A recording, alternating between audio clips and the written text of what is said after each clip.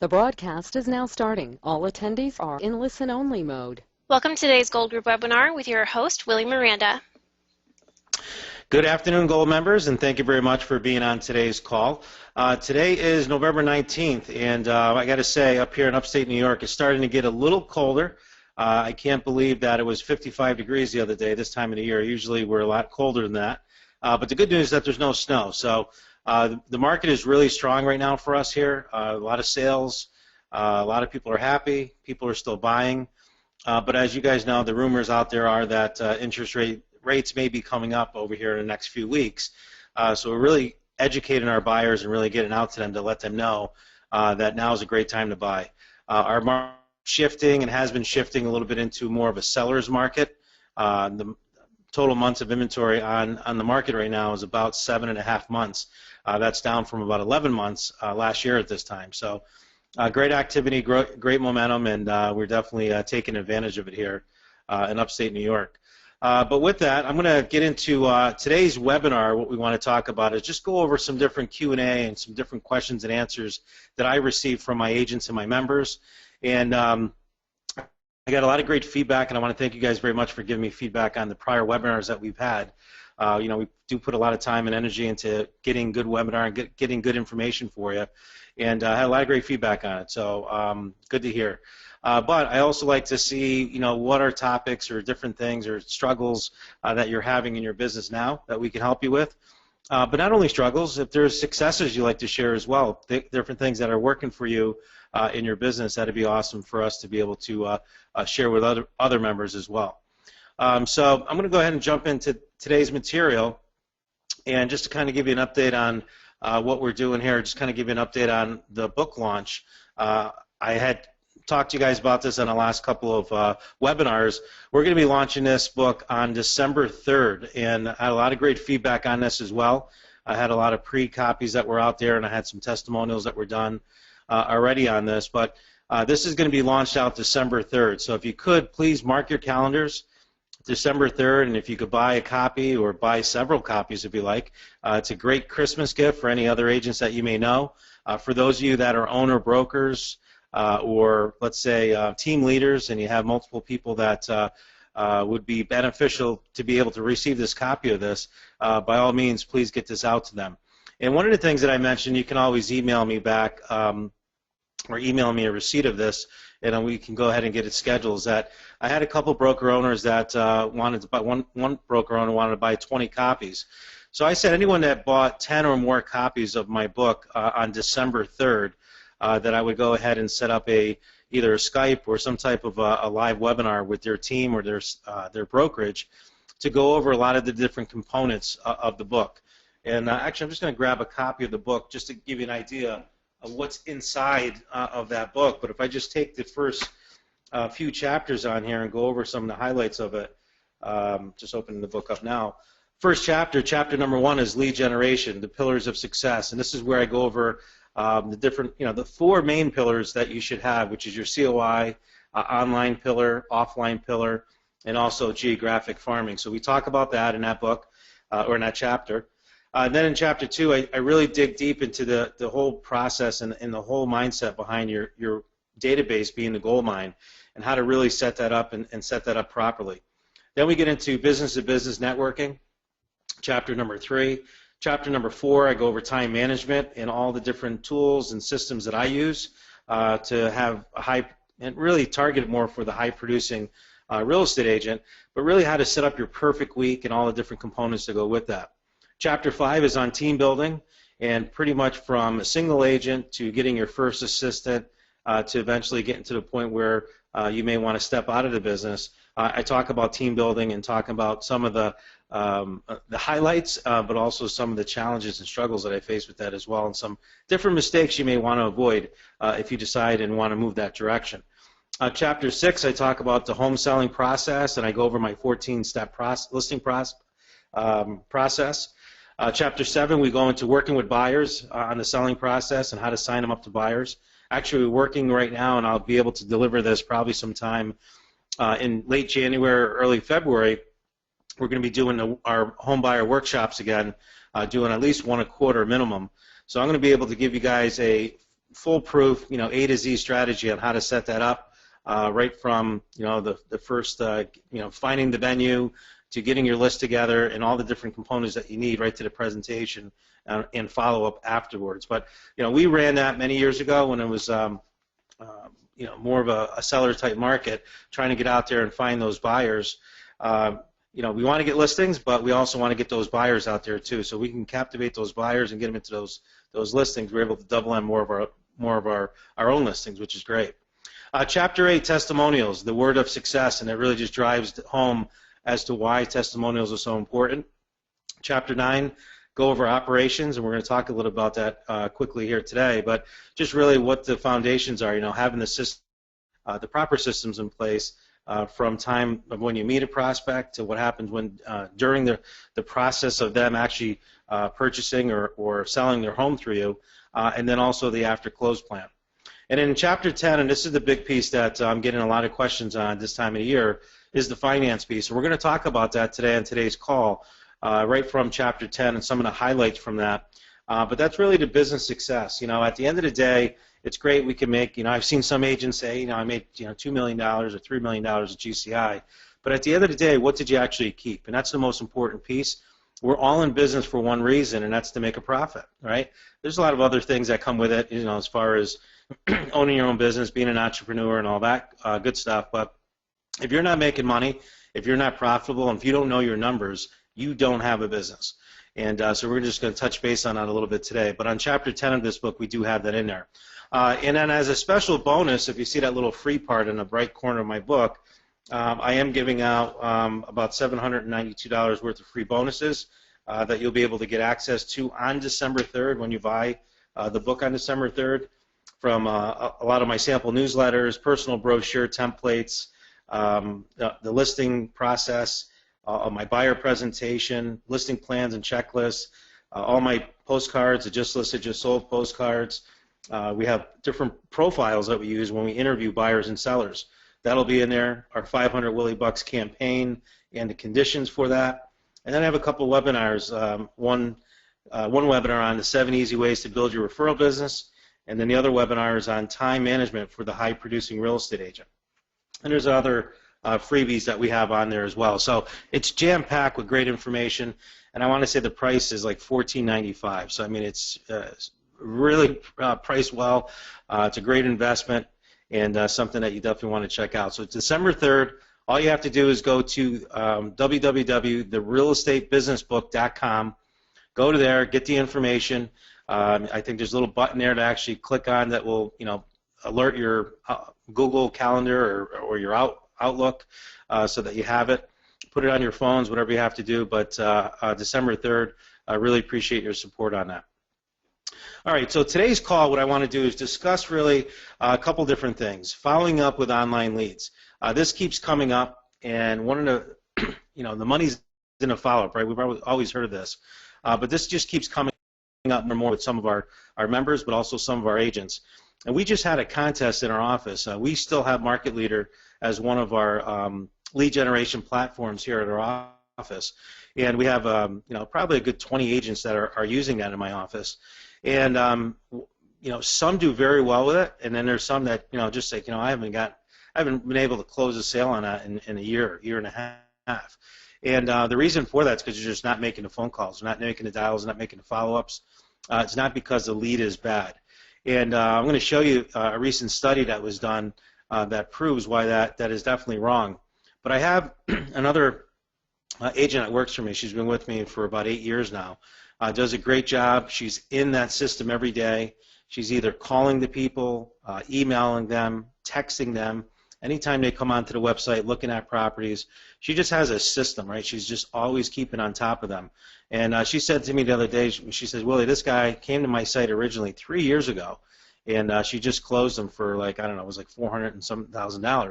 But point being is that she continues to stay on target with those people. She continues to reach out to them and nurtures those relationships on the online leads. So I'm going to talk to you about that and kind of give you a follow-up system that you can put in place right away to make sure that you're not dropping these leads. But more importantly, I want you to know the expectations. I want you to know that just because you get even a Zillow lead and make the phone call once and the people don't call you back, doesn't mean that they're not interested. You need to stay on top of these leads to follow them up so that you can get your return on investment. So that's number one. Number two, how to handle negative reviews on social media. And why this came about, I had one of my agents actually bring this question to me. How do I respond to these negative reviews? Not that she had a lot of negative reviews, but she did get one in particular the first time that she received one. And unfortunately, after sitting down with her and going over the file and everything, what happened with this was that we had an actual client that ended up buying a condo and then bought it cash, didn't need to sell his house, settled on that condo deal, and then decided to list his property, and he listed it with us.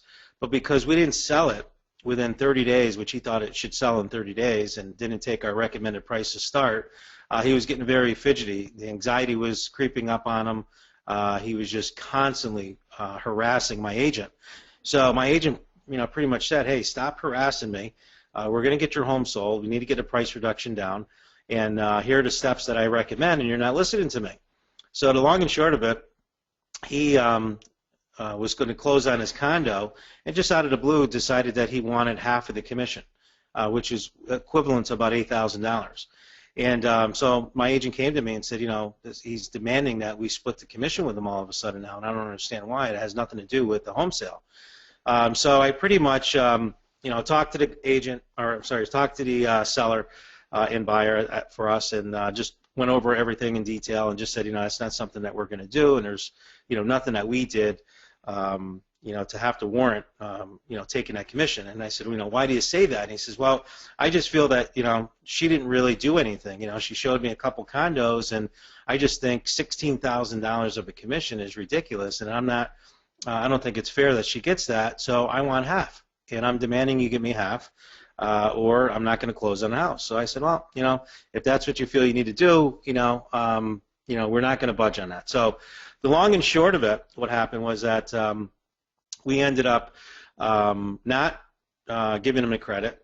He closed on the condo, so we did get paid our full commission, but then he wanted a cancellation and release out of his listing. So I agreed, and I always do all my listing agreements, and for those of you on the call, it's just one of the things that we've always done. And when people say, how long's your listing, I let them know. I said, well, we have a guarantee that if you're not happy, you can fire us at any time. So in essence, it's a day-to-day contract. So he wanted to honor that, and we said, okay, no problem, and we signed the documents and gave him everything. He went and got the sign and got the lockbox off the house. And then that night, he went on to Zillow and put almost like a 2-page review of how bad this agent was and all these things that were just totally false. And the reason for that, and he threatened us, and I wish it was recorded, but he did threaten us that if we didn't give him the $8,000 back, that he would sue us, and he wasn't going to close, and that we were going to get sued by the seller, and he was going to write all these negative reviews, and we just pretty much kind of stood our ground. So the long and short of it, he went on social media and put that out there, and it's unfortunate. We went back and forth with Zillow. Zillow will not take it down. They said it met their guidelines. I think that's the only site so far that I saw that he put it on there under this agent's name. But I'm seeing more and more of this come up, and it's getting to the point where people go online all the time, right? You want to go to a restaurant, what do? You go on Yelp, you go on, the different sites that are out there. People looking to buy a house, they're on Zillow, right? They're on Trulia, and they are reading these comments. And it's so important that you guys act on these, because if you didn't get one yet, you're going to get one. And if you're a successful agent, which this agent is, she's a very good agent, very successful. And one of the things that I always remember from a Dan Kennedy book, he said that the higher you go up the flagpole, the more your ass is exposed, and it's so true. The higher you go up, the bigger that X gets on your back, right? So you got to make sure that you're protecting yourself, but you're not going to get run over by people.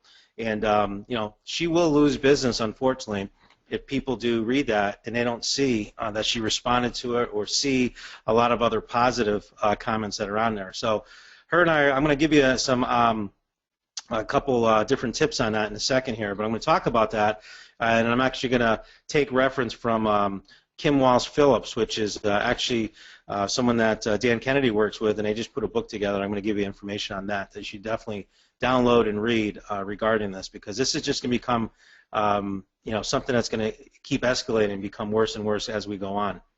Number 3, is the listing your home during the holiday season a good idea? Great time of the year to get this discussion. We have people all the time, and I have agents still that I hear taking homes off the market because Thanksgiving and Christmas is here, and you know what, we'll just go ahead and put it up on the market again after the first of the year, because no one is buying homes, right? No one's buying homes, and no buyers are out there, so let's just take it off the market.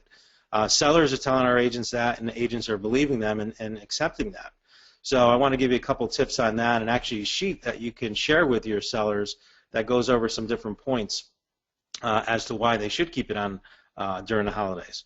And then the last one on here, Chapter 10, I talked about the financial success, and I'm going to give you a couple bullet points on that, on how to achieve financial success, but really how to take a look at each and every closing check that you receive, because every closing check that you get, that money is not yours, right? I mean, it's made out to you. It's a commission check. You earned it, but it needs to be allocated in different locations, and I'm going to show you an actual infographic that I came across that really breaks it down as to where that money should go, so that you can be prepared and have reserves and have money for the future, but also make sure that you're paying your taxes on time. And I'll share my story with you a little bit as we go through. So those are the big 4 there that we're going to be going over today. And if you have any questions, or if you see anything that's on here, please feel free to go in the question box and go ahead and type in whatever you have on there.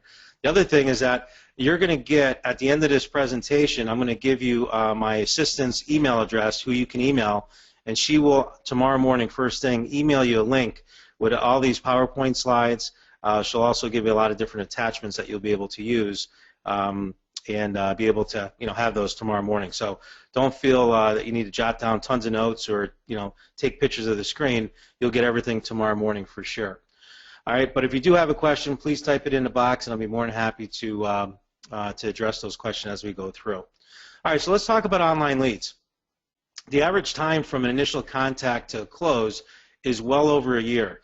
And this is an article that was actually in the Inman News that just came out last month. And Lester Cox shared this with me, and we shared it with our Diamond group. And it just talked about the average time until a transaction. In other words, from the initial contact and when they hit your website to when they actually close and the transaction was completed. But look at this.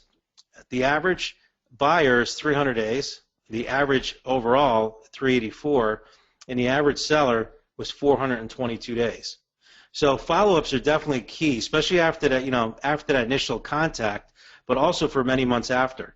And unfortunately, so many people only make that first contact. Now, I think it was 10% make one call or one attempt and then never call the lead again. 80%, write this number down, 80% of sales are made on the 5th to 12th contact.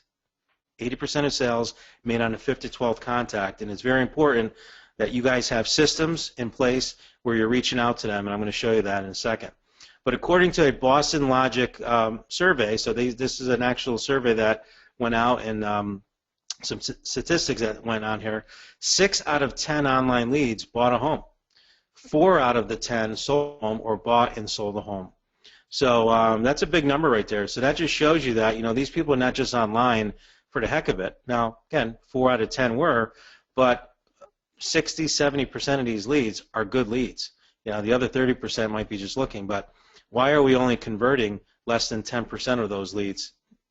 Actually, less than 5% of those leads into transactions, because we give up too early in the process. All right, so, and quick question that came up on there is are we recording this webinar? And yes, we are. We are definitely recording this webinar, and you will get a copy and a link to this webinar as well. All right, so following up with online leads, this is what we've done in our office, and some of you know or don't know a coaching member that we had a few years back. His name is Paul Rushforth. He was the #1 agent with Keller Williams back in, I think, 08, 09. And I had the honor of working with Paul, and we were coaching, and he came to one of our breakout sessions, and I was explaining and sharing what we do in our office with our inside sales department with our 3-4-12. And he had just started developing some inside sales processes. He was, sending out the goal plan. He was doing different things that, he was taught in the Quantum Leap program, but he knew he was missing something. So what he did is he added this approach. He said, a lot of my guys are calling once or twice, maybe 3 times, and that's it. And after 3 times, you're just going to the next lead because we're getting so many different leads in. So I said, Paul, this is why you're missing all of these leads and all these conversions, because you're giving up too soon. So I said, implement this. Go back to your plan. At the time, he had Agent Office. I showed him my plan on Agent Office, and I said, just implement this the way we do it, and see if it makes a difference. And his business pretty much doubled the next year, and he gave me credit, which was nice of Paul. But he said, that system of do the 3-4-12 really made a difference for him, because he was able to convert a hell of a lot more leads than before, when they were just giving up after a week or 2 of calling. So follow me on this, but the 3-4-12 represents 3 calls that you should be making within the first 72 hours. Preferably, the first call should be within the first 5 minutes of that lead hitting your cell phone, coming to your website. You want to make sure you're jumping on those calls right away, because it's very important that you catch them even right at the computer, in front of the house. Maybe it's a sign call, whatever that might be, but you want to make sure that you're calling those people back within the first 5 minutes. Now, if you can't do that and it's an hour or 2 later, then it has to be that way. That's fine, but you definitely want to do that very quickly in the first 5 minutes. But after that, you want to not give up there. You want to call 2 more times within a 72-hour period, but you want to make sure you at least make those 3 initial calls that quickly. Don't wait. Don't leave a message and wait a week to call them back. 3 calls in the first 72 hours. Once those 72 hours go, and let's say you did leave a message and you didn't get a call back maybe once or twice, you sent an email, you didn't get a response back, then go ahead and set it up so that you're making the next point on here, number 4, make 4 calls over the next 4 weeks. So you're going to mix those up a little bit. So, today's Thursday, so maybe Thursday night I made a call, didn't get a hold of them. Maybe next week I set it up for a Tuesday night or a Tuesday afternoon or a Tuesday morning. If that doesn't work, then maybe I'll switch it to next week and I'll put it to Saturday between 10 and 2. So there's certain call times that we have for our inside sales that we want to make sure that they're following, and we don't want to keep trying to call them the same time and the same day of the week, because chances are they're probably working or not available then. So switch it up. Maybe call them early in the morning. One of the best times to call them, between 8 and 9 in the morning. Most people pick up their phone on their way to work, in the car, during traffic, whatever the situation may be. But 8 to 9 in the morning, studies have showed that that's one of the best times to call first thing in the morning. And then the next best time is between 4 and 7 in the evening. Usually Tuesday, Thursdays are the best days for that. And then Saturdays between 10 and 2. Those were the high and those were the hot spots. And it's funny because when I saw that survey, I looked back to Craig Proctor's schedule looked identical to that. Tuesday and Thursdays were big for him on calling and also on Saturdays. So make sure that you're making those calls. And then after that, if you still don't get a hold of them, now the 7 attempts that you had with this customer, or this prospect, I should say, you don't want to just let it go. Now just put them on your follow-up for once a month for 12 months. Because a lot of these leads, and as that study showed, are so early in the process that it's very important. Just the reason I'm not calling you back is it's not a priority to them. It's not on the top of mind for them right now. Only about 10% of those leads will be right now or within the next couple of weeks that they want to get out and buy a home or maybe sell their home or they're interviewing agents. But 80% of those, as Craig says, are down the road leads. Okay. So when reaching out to a prospect, you want to definitely also mix up the method of your communication with them. So it doesn't have to just be calls. It could be emails. It could be texts. But let me just put it out there. Nothing replaces a personal phone call. Phone calls are essential, making those calls. Face-to-face, some people would rather do versus calls. I don't care what you need to do, but phone calls are very important. Don't hide behind emails. But emails, you want to try that as a different method of communication. And then also texts, very popular, especially with the millennial buyers. You have some people that just don't check emails. Like my daughter doesn't check her emails. But text, she'll definitely check her texts, but she won't answer her calls, right? She lets things go to voicemail. Actually, it just rings I'm sorry, her phone is on silent most of the time. She doesn't even pick up her phone.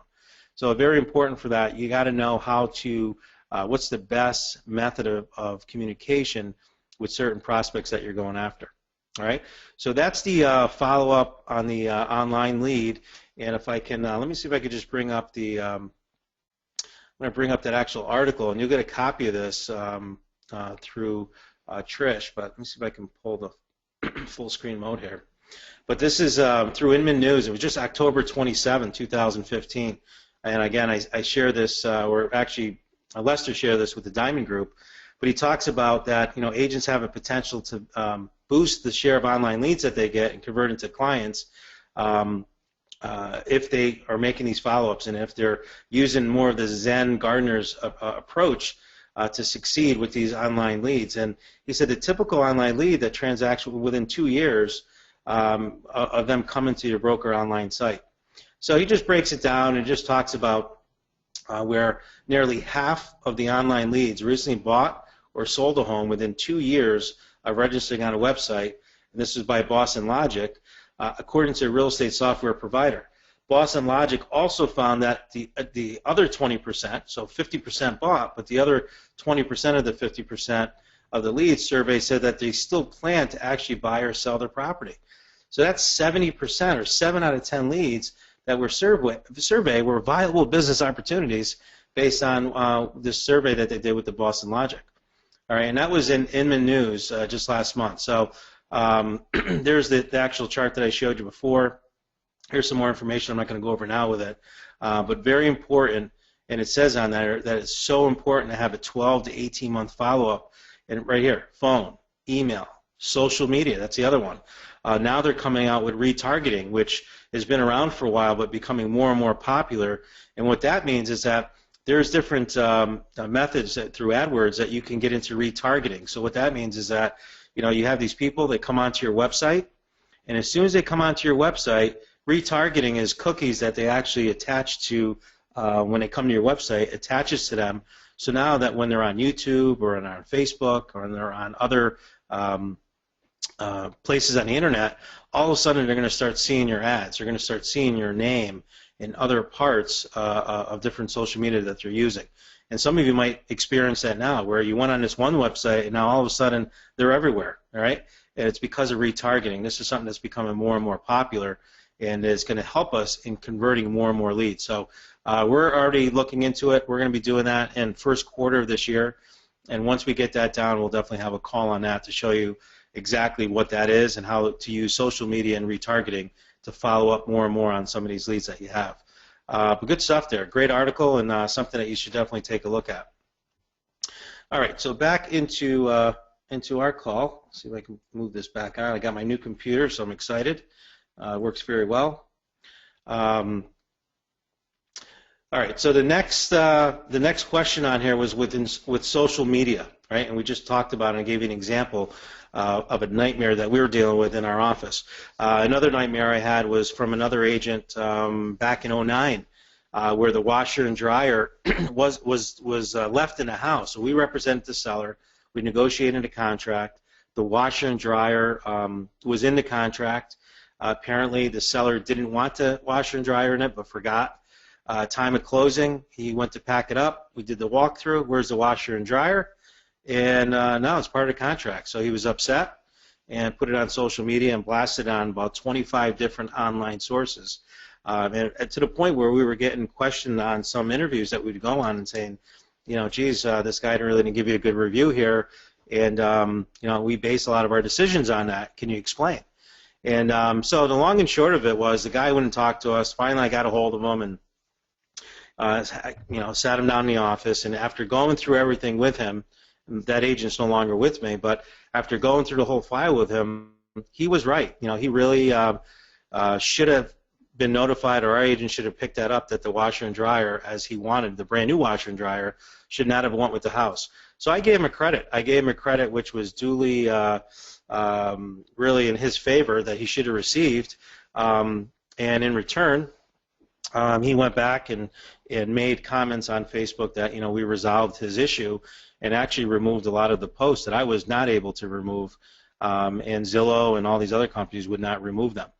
So social media, I'm telling you, I'm sure that played a big role in us losing some deals because of some of the comments that were made. And it was just by one person. I mean, we had 30, 40 other really good positive reviews, but as soon as he posted, he was right on top, and that's what people see first.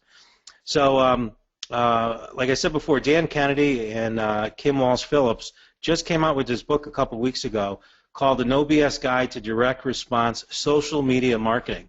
And this was a little infographic that she had on here, which I thought was really great to share with you today. And it's exactly what we do on any time we get a positive, which 99% of our comments are positive, but every once in a while you're going to have that negative comment. You got to know how to handle it, because you're going to take this stuff personally. I wouldn't, if you see something, go responding right away or picking up the phone and calling that person. You're just going to make it worse. Maybe sleep on it, or maybe take a couple hours and think about it, walk it through with someone else. But you definitely don't want to respond negatively or be unprofessional, which I've seen that a lot on Facebook also, where people have been very unprofessional, going back and forth with a client online and Facebook, right? So how do you respond to social media comments? So if it's a positive comment, right, hey, Brandon Real Estate, you guys were great to work with. Susie was a great agent. She did everything for me, and it was a great experience. You definitely want to respond to that, and you want to like the post if it's on Facebook. You want to thank the person in a comment. So you want to say on there, hey, Susie and Ben, thank you so much. It was great working with you as well, and I'm so happy that you found the house of your dreams, and please let me know if I could be of service to you in the near future. Right, so that you definitely want to do that in the comments. And then what you want to do is you want to tag their name when commenting, so that now all of their friends and family members and all of their list actually sees it once you tag it. So that's really how do you respond to that on whether it be Facebook, Twitter. I know there's Instagram and other ones that are out there as well, but that's how you want to follow up with that. If it's a negative comment, you definitely want to respond to that also. Thank them, believe it or not. And she says on there, yes, really. Thank them. Hey, you know what? I really appreciate the feedback, Tom. I'm sorry that you felt that way. And please, send me a private message on how I can contact you, and see if we can get to the bottom of this and get it resolved. Right? People are going to see that comment that you comment in a positive way, thanking them for their feedback and saying, you know what? We want to make things right here. I'm sorry you felt that way. There must have been a miscommunication, and how can we make it better? Let's get together. So send them a private message, try to get them online, or if you have their phone number, you want to reach out to them. But the general public is going to see that you jumped on that right away and you're taking care of it. And once it goes offline, you can discuss and resolve the problem like I did with that person with the washer and dryer. And then from there, you want to follow up on social media and post and acknowledge that this dispute was settled, right? To actually go back on there and say, hey, you know what, Dan, thank you so much for your feedback. I'm so glad we were able to get to a resolution on this, and moving forward. And if there's anyone else I could be of service to, please let me know, and I'll be able to take care of them as well, right? So when people are going through and they're reading comments and seeing stuff, you want to make sure you're doing those replies, and you want to make sure that if you did resolve it, that they're seeing that as well. And if you look on a lot of these Yelp reviews, and if you see a lot of these Zillow reviews, you don't really see that. You don't really see these type of comments being done. But this is, the way to go about it. So in the bottom here, you can really hardly read it, but it just says, hustle. Timely responses are very important. 60% of respondents cited negative consequences to be the brand. All right. So basically, what they're saying is that they did a negative comment, and they never got any response. No one reached out to them. So basically, we don't care that you weren't happy, too bad, and they move forward. That just ticks them off even more. So you want to hustle and make sure that you're making those contacts them right away. Number 2 here is the follow-up. Always, always, always follow up to make sure that the customer is satisfied. Customers encounter a positive social experience. You want to make sure they're 3 times more likely to recommend your brand. And this was a Harvard Business Review survey that they did. And so you want to follow up with them right away too, even on the positive side.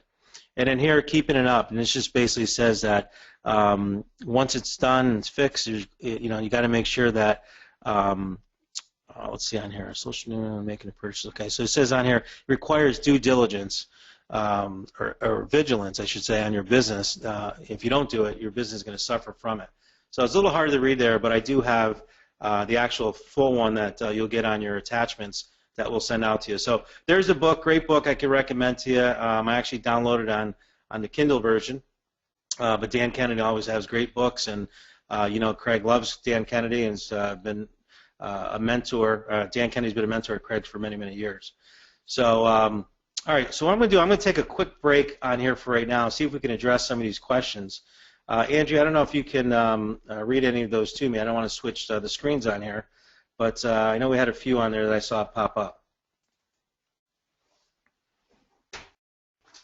Yes, I can. I am. Give me just 1 second to readjust my mic. Okay. No problem. We had from Jack. He said, please address those leads. And if you've already addressed this, I had to step away to go get my son. Let me know. Please address those leads that don't give you a good phone number and you cannot find them in all avenues.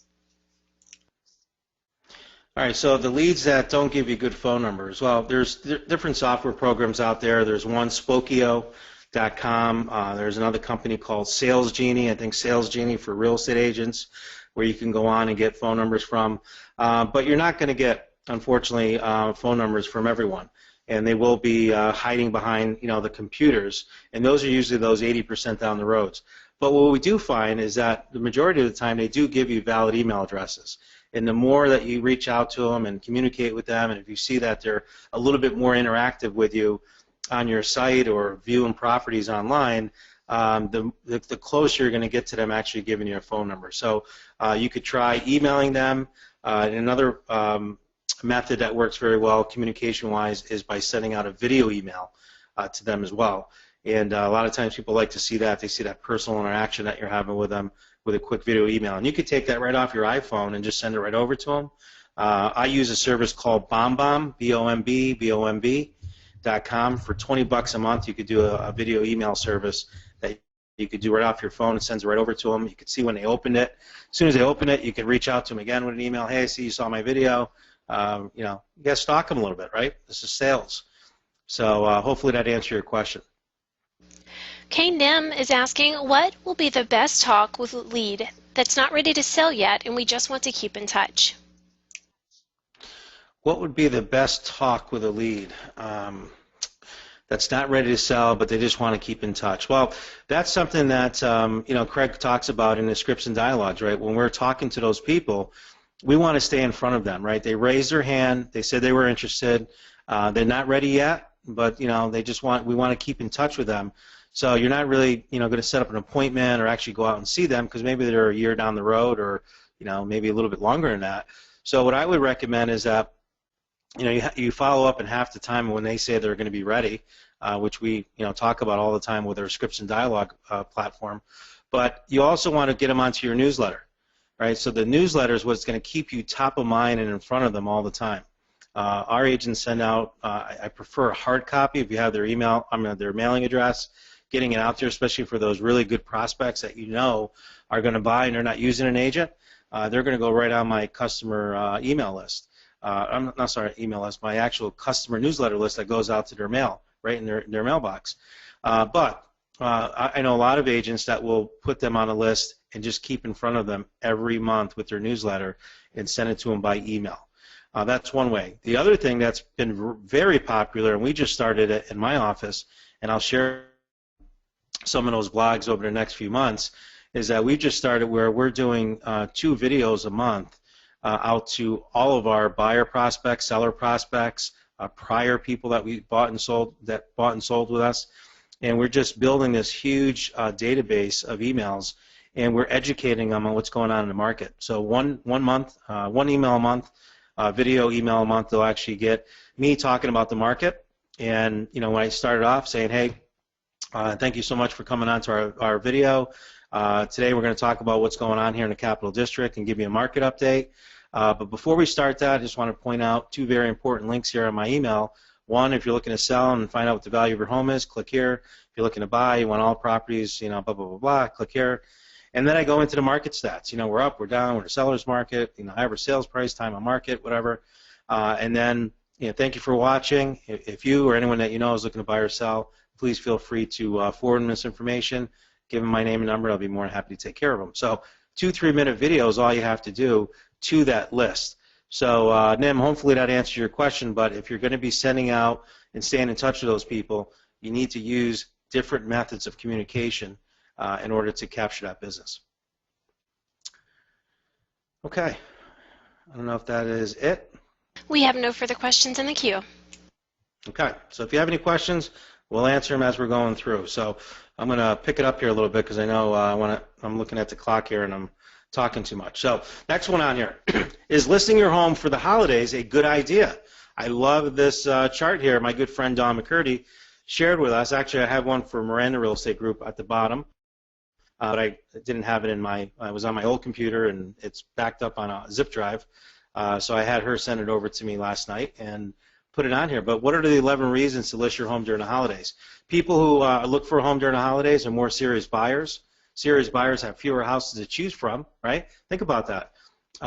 Supply and demand is down, and I always tell my sellers, why would you take your house off the market and we can't sell it? You still want to sell it. I could show you proof that over the last, for as far as I can go back in my multiple listing, there's always been sales in December. There's always pending transactions, so someone's buying, but you're taking it off. Since the supply of listings will dramatically increase in January, there will be less demand for your particular home now. So less demand means less money for you. Number 4, houses show better when they're decorated over the holidays. Number 5, buyers are more emotional during the holidays, so they can maybe be a little bit more generous with paying the price that you want. Number 6, buyers have more time to look at a home during the holiday season. Maybe they're using all their vacation time up before the end of the year, or they're coming into town and looking to spend a little bit more time with their family, so they can take more time to look at your property. Number 7, some people must buy before the end of the year for tax reasons, right? So they're really pushing to get something closed by year end. 8, January is traditionally the month for employees to begin new jobs. We see that a lot here in the Capital District, and since transferees cannot wait till spring to buy, you got to be on the market, right? So if you're not on the market, they're not going to see your property. You need to capture those buyers that are relocating to your area. Number 9, you could still be on the market, but you have the option to restrict showings during the 6 or 7 days during the holidays if you want. So no matter what it is, Jewish holidays, Christmas, Thanksgiving, whatever you celebrate, just don't show your property that day, right? Enjoy it with your family. You don't want any interruptions. You don't want to be inconvenienced by people coming traipsing through your house, the day after. If you have family members that are visiting and staying with you, you just don't have showings that day. But don't take it off the market. Number 10, you could sell now for more money, and we can provide a delayed closing or extend the closing until the following year. Right? So you can actually close this year for tax records or whatever it may be, or whatever the situation may be, but you rent back. I did that with a couple last year where we closed in December, and they rented back to a couple until I think it was mid-February or early March. So they were able to stay in their home throughout the holidays, but knew that they had money in the bank and their home was sold. And then the last one on here is by selling now, you may have the opportunity to be in a non-contingent buyer situation during the spring when many more houses are going to be on the market for less money. This will allow you to sell high now and buy low later. And that's very important too, and that's exactly what I've seen out there where, once you sell your house and, some of these sellers will go and rent for a while, but when you have that money in the bank, you don't have to go in with a 48-hour contingency. You can be a lot more aggressive on your pricing. All right, so that's the 11 tips on there, and I'm hoping that you guys like that, or if you haven't seen that. But you will definitely, and Donald Ross had a question on here, can we get this PDF? And absolutely, that will be emailed to you by Trish, my assistant. At the end of the slide, I'll give you her information, but she will email you that link when she's back in the office tomorrow. Okay, so we can definitely take care of that for you and make sure that you get that PDF link. Good stuff. All right, next one on here, going through components of a successful business. I've always talked about this. I talk about this in my book, but there's really, to be successful in business, there's really 3, and this is something I go over with my business coach that I've been dealing with over the last couple of years. I have a business consultant that works with me on all 3 of my businesses. And he says, you got three-legged stool really is your business. Your business is that seat, and then you have 3 legs underneath that are very important and really drive that business. But the first leg and the most important leg is sales and marketing. Without sales and marketing, you really don't have the other two legs, right? Operations and finance. But it's very important that you have some good systems in place for your sales and marketing. Operations, making sure you have your systems and making sure you have documentation and different ways that things get done within your agency, so that if someone leaves, you have someone that can just come right in and just fill in the gap and your business is uninterrupted. And then finance, right? We're going to talk a little bit about that piece today, this finance piece, which is really all about making sure you know where your money's going, making sure that you're putting appropriate money away for things that need to be addressed down the road in order to be prepared. If there is a shift in the market, you want to make sure that you're prepared for that. So just some quick tips from the book. Not going to really go too crazy, and I'll just go through real quick. But finding an accountant to work closely with is very important. Someone that you can work on not only in the beginning of the year but throughout the year, so that they can take a look at exactly what your quarterly taxes should be and what you should be putting aside for taxes, right? So I'm not a tax accountant. I'm going to make that disclosure right now. But my accountant always said 25% for me was about right based on the expenses and the write-offs that I had. But you have to check with your accountant to see what's right for you. Maybe yours might be more or might be less. Setting up a business account from your separate personal account seems basic. I talked to 4 coaching members last week. 3 of them did not have a separate business account. They were using their personal account. Unbelievable. Number 3, having a business credit card that only, you buy only stuff for your business on that card. That's going to be so much easier for you to be able to track your business expenses with that. Not using cash. That was one of my big things, believe it or not. I used to buy gas with cash. I used to go to lunch. I'd go to dinner with a client. I use cash and take those little slips, and the slips I would lose. It was ridiculous. So always use your credit card. It's easier to track your spending. And believe it or not, you can even download those into software programs where it makes it pretty much hands-off. You don't even have to touch it. But there's been a lot of cash expenses out there that I forgot over the years, different things that I just, threw in a box, and, I probably paid way too much to the government than I should have back in the day, but now I feel I have a pretty good handle on it because I'm so in tune with making sure that everything that's a tax write-off gets recorded right away, and one of the ways we do that is with QuickBooks. So taking 25% of each paycheck to go for taxes was what I used, and I still, pretty much use that method today. An example, if you got a $5,000 check, $1,250 would go into and be transferred into a tax account. I'm going to show you an infographic on that. QuickBooks, very important to use that, and you want to keep your business and personal separate. It's an inexpensive program to use, and I think I have a slide on here, but for like $13, $12, $13 a month, you can get the online version of QuickBooks. It's so easy to use, and you just, you could track it. You put your stuff in there every week. You could do a profit and loss at the end of the month. You can give it to your accountant. They love that, and you can really have a really good idea where you're making money, where you're losing money, and making sure that you're not overpaying taxes. But this is just a statement that I had here out of the book that Trish wrote down. But the key to success on the financial side, and a lesson learned, is that you must pay yourself a consistent salary to run your business like a business, knowing that every penny that you make is not necessarily yours. It has to be allocated properly so that you are paying your other obligations and are able to withstand the ups and downs of the real estate business, right? So many of us, I think, agree with that things are going great. You got 10 closings or maybe 8 closings 1 month or over a 2-month period, and then all of a sudden things just shut down. And if you didn't do the proper allocations, you could find yourself in hot water.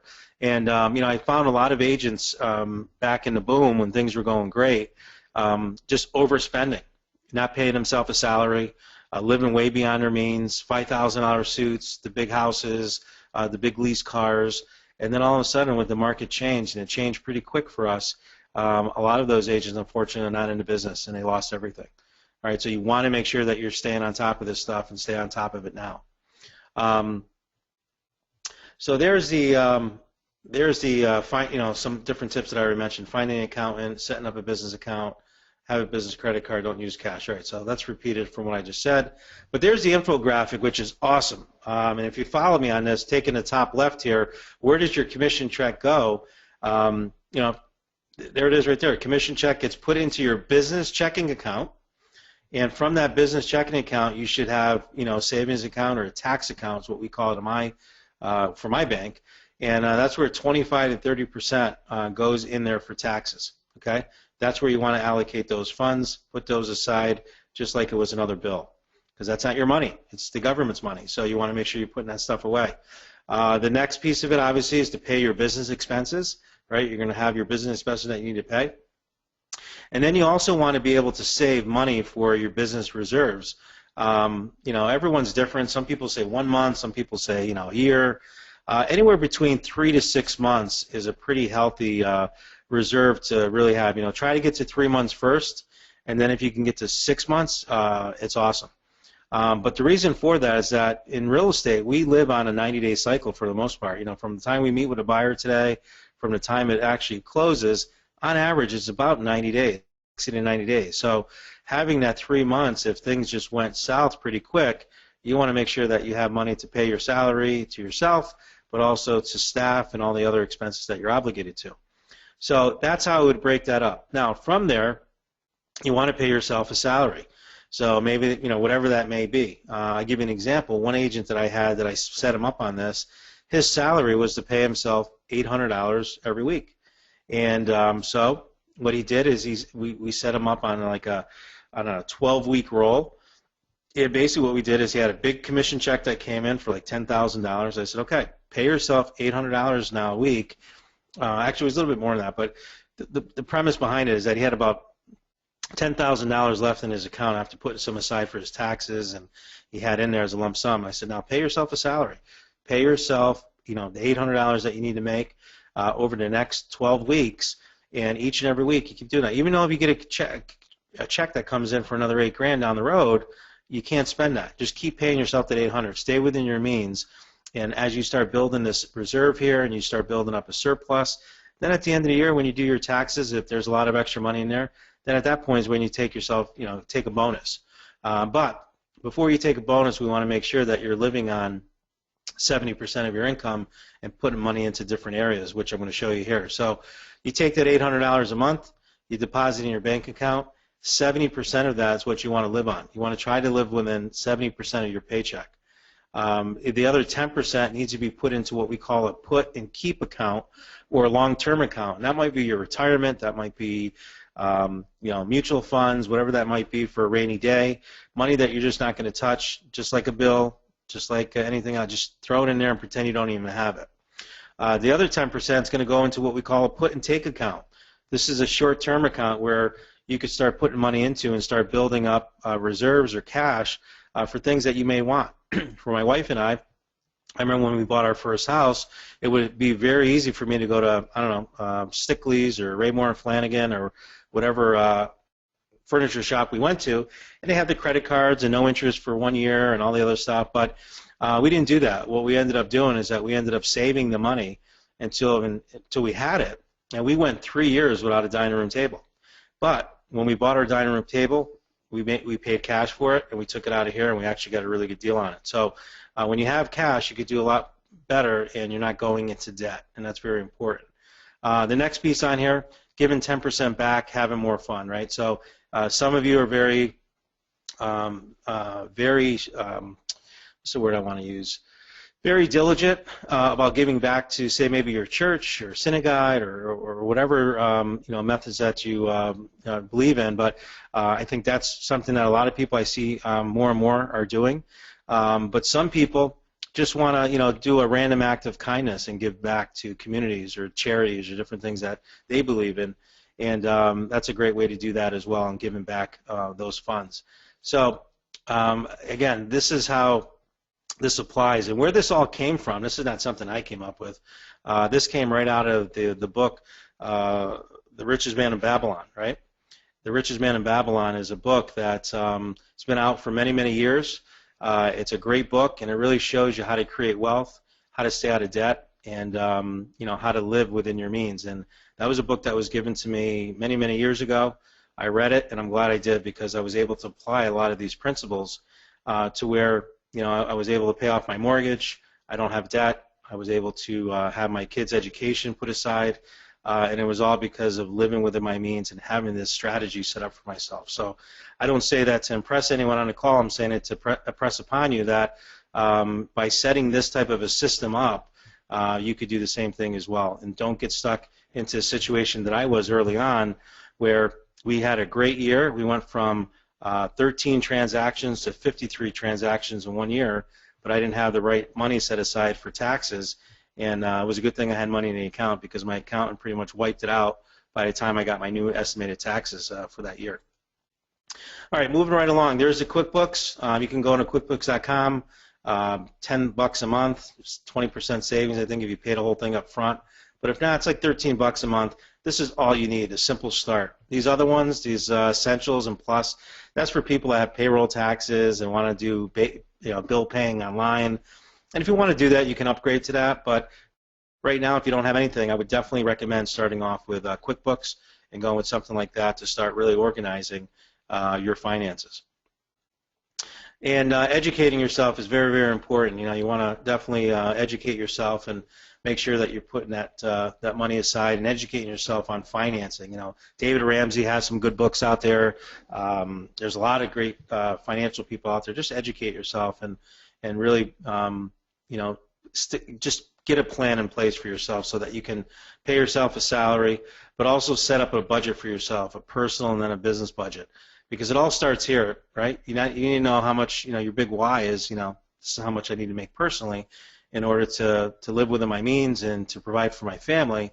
And then once you have that number, then you can back that into the business and go from there so you know how much money you need to make on a business level. All right, couple tips from Wall Street. This was an article that, a lot of top success millionaires had put out there, but just being very disciplined. You may want to go on that trip, or you might want to, like I said before, buy that dining room set because it's a new house, and I just hate to have a empty room. So, but no, we were very disciplined, and we didn't do it, and I'm glad we didn't.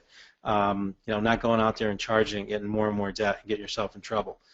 Being honest with people, getting along with people, having a supportive spouse, working harder than most people, competitive personalities.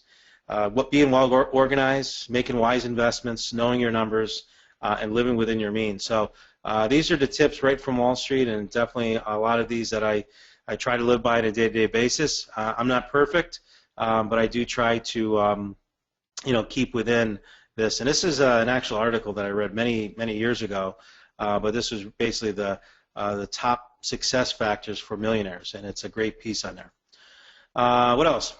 Some of my tips, I said, making sure that you have adequate life insurance and disability insurance policies. I own an insurance company.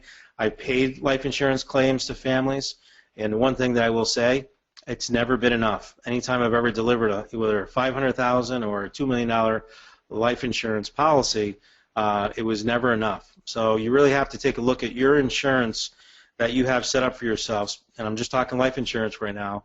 Take a look at it, and this is the question I want to ask you.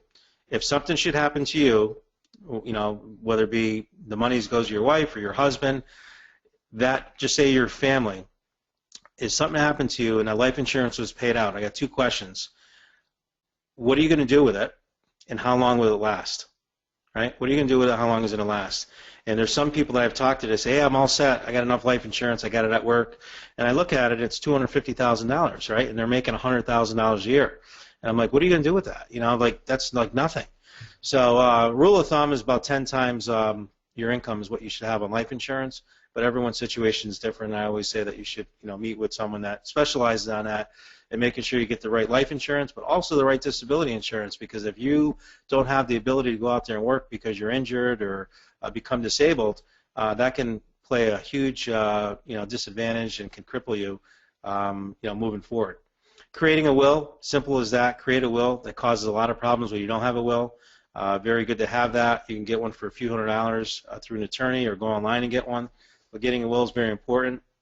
Setting up an automatic withdrawal into your savings account. This is something that I picked up many years ago also from a book. Just setting that up, it's like a bill. Comes out of my account. I started off with $50 a month. And then I remember moving that up to $100 and then $200 and then $300 to eventually now, we put a significant amount each month away, but it's automatic. It just comes right out of my check, goes right into my savings account. I don't even see it. So it's just like another bill. Make sure you have a reserve. Like I said, some people say a month worth of expenses in your personal reserves, but if you get 2 or 3, that's okay also. Setting up a retirement plan. We're the people on this call are entrepreneurs, self-employed individuals.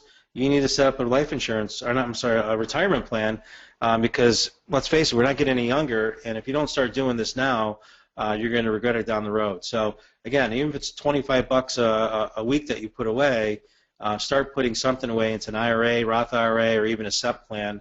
And again, a good financial advisor can help you with that. And then this last piece on here is completing a financial statement each year. Look at your liabilities, look at your assets, and then compare year after year. And obviously the goal is to increase that, and making sure that you get out of debt completely, and have more of a positive asset. And it's great.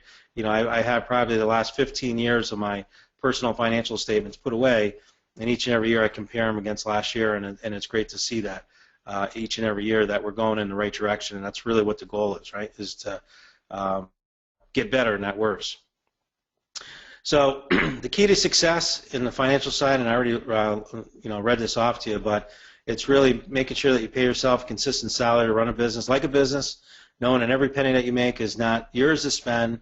It has to be allocated properly so that you're paying other obligations and are able to withstand the ups and downs of the real estate business, so that when you have good months, it's great, but when you have bad months, they're really bad. But if you have reserves and you have that system of paying yourself a salary, every month's a good month. You're paying your bills. Your anxiety level is going to be much better. You're going to be able to concentrate on your business so much more effectively. And if it's a month or two that you're off track a little bit with sales, no big deal. You could regroup, reset, and get yourself back into the game. Where unfortunately some people make very harsh decisions very quickly when they don't see a sale or two for a few weeks or a month or two. They start laying off staff. They start pulling advertising. They start dropping out of coaching programs that they really need to help them get their business to the next level.